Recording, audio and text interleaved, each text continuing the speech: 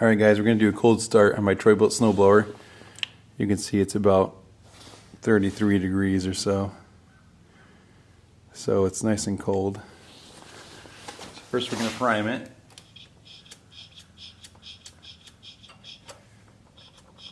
Make sure the ignition key is in.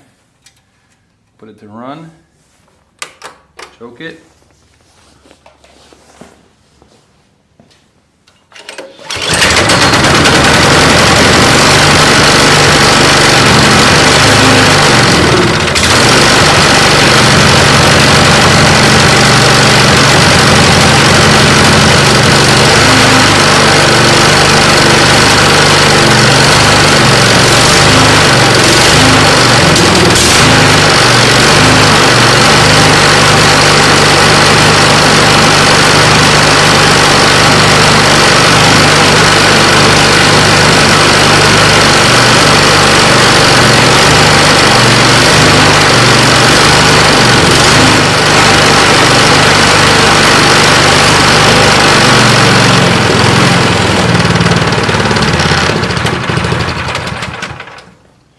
I tell you what, I'm pretty impressed with the way these engines run. Usually first or second pull every time.